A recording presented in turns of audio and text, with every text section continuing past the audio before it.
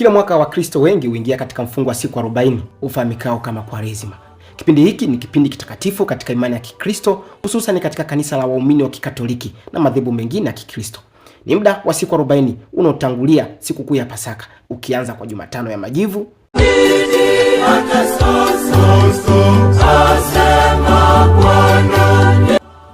Asili ya Kwaresima inatokana na mfumo wa Yesu Kristo aliyefunga na kuomba kwa siku 40 jangwani.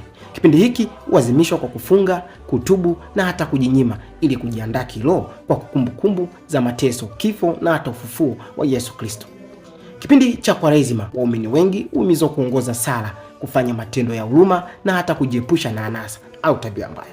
Ni muda wa tafakari ya ndani, toba na hata marekebisho ya maisha makanisani. Makanisani huandaa ibada maalum na mafundisho yanayoongoza waumini katika njia ya msalaba na kuwaleta karibu zaidi kwa Mungu. Kwa ujumla, Kwaresima ni safari ya kiroho inayolenga utakaso wa moyo na hata kuimarisha imani katika maandalizi ya shangwe ya Pasaka.